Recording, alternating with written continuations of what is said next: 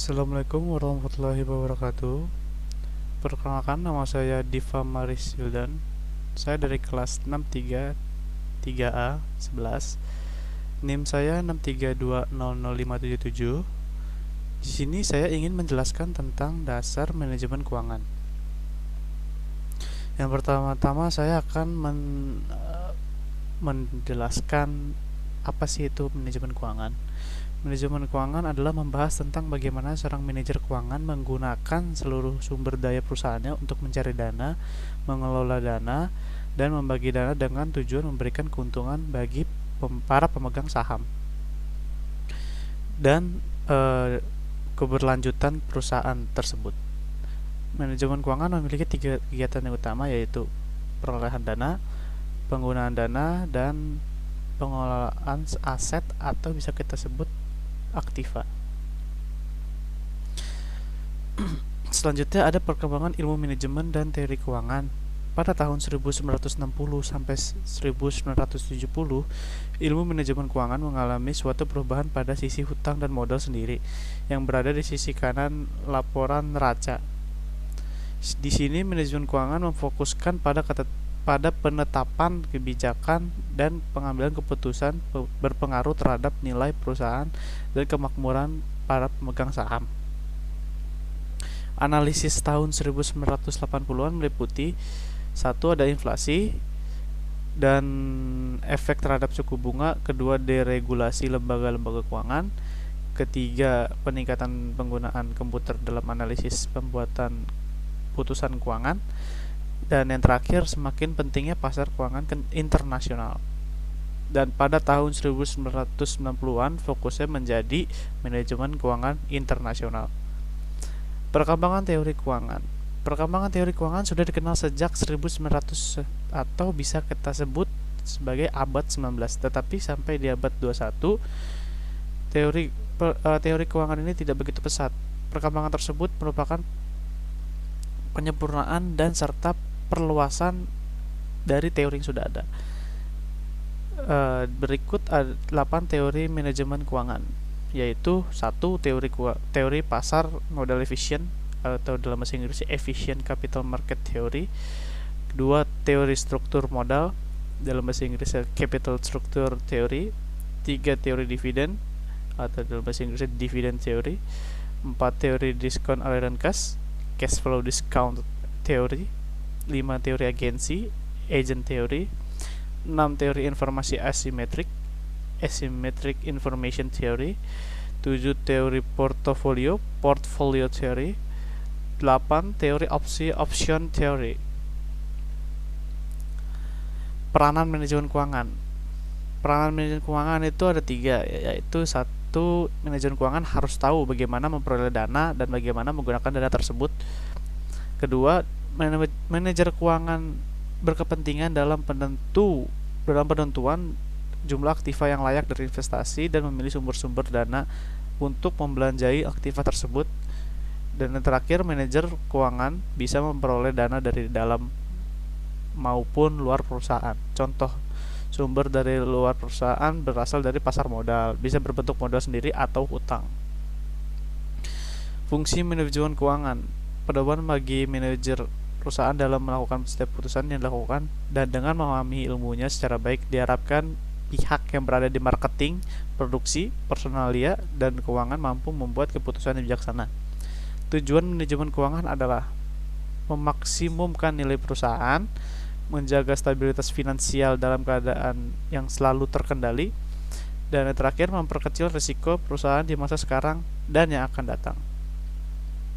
Beberapa peluang karir di bidang keuangan itu adalah: yang pertama, peluang pertama adalah pada perusahaan besar sebagai budget officer.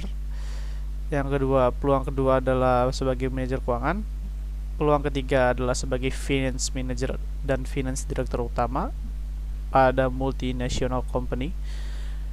Peluang keempat sebagai financial analyst dan financial officer pada lembaga keuangan seperti bank, leasing, asuransi, dan lain-lain. Peluang kelima sebagai financial analyst dan financial officer pada perusahaan-perusahaan underwriter atau penjamin emisi. Keuangan dalam struktur organisasi perusahaan dibedakan dua jabatan, yaitu bendaharawan, treasurer. Bendaharawan itu bisa diartikan bertanggung jawab terhadap perolehan dana dan pengelolaannya. Kedua, administrasi pembukuan atau akuntansi, controller, bertanggung jawab terhadap kegiatan akuntansi, pelaporan, dan pengendalian. Fungsi keuangan meliputi alokasi dana yang baik berasal dari dalam perusahaan maupun berasal dari luar perusahaan pada berbagai bentuk investasi, keputusan struktur modal perusahaan yang berkaitan dengan bagaimana mendapatkan dana yang didapatkan untuk memperoleh aktiva real yang diperlukan, dan keputusan investasi. Investasi dapat diartikan sebagai penanaman modal perusahaan pada aktiva real maupun finansial. Keputusan finansial ini merupakan keputusan terhadap aktiva yang akan dikelola oleh perusahaan. Keputusan investasi akan berpengaruh langsung besar rentabilitas investasi dan aliran kas perusahaan di masa yang akan datang. Tanggung jawab manajer keuangan. Manajer keuangan mempunyai tanggung jawab dalam menentukan strategi keputusan kunci dari suatu perusahaan, meliputi 1. Pemilihan produk dan pasar perusahaan. 2. Strategi untuk riset, investasi, produksi, pemasaran, dan penjualan. 3. Seleksi, pelatihan, pengorganisasian, dan pemotivasian para eksekutif dan karyawan-karyawan lain.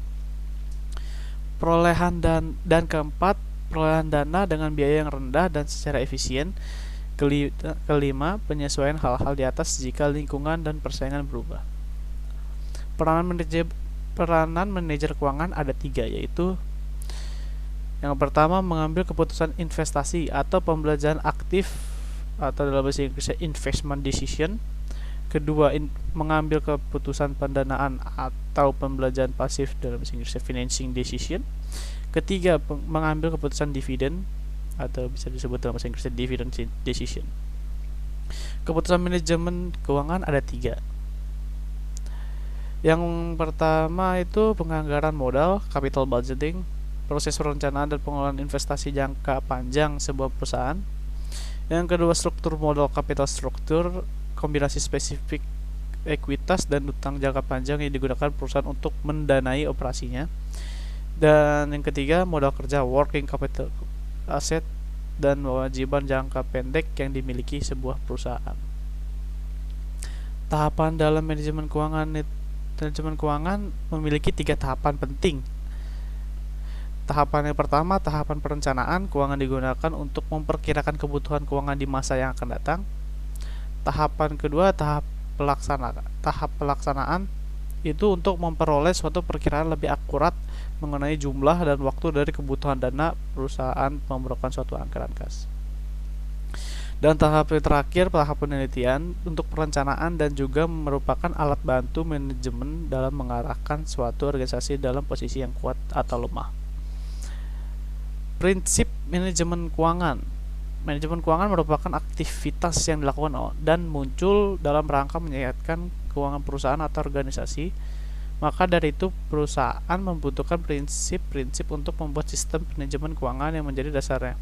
Di antaranya, 1. Konsisten, dalam bahasa Inggrisnya konsistensi. Kedua, akuntabilitas, dalam bahasa Inggrisnya accountability. Yang ketiga, transparansi, dalam bahasa Inggrisnya transparency. Yang keempat, kelangsungan hidup, viability. Yang kelima, integrity. Yang keenam, pengelolaan, stewardship.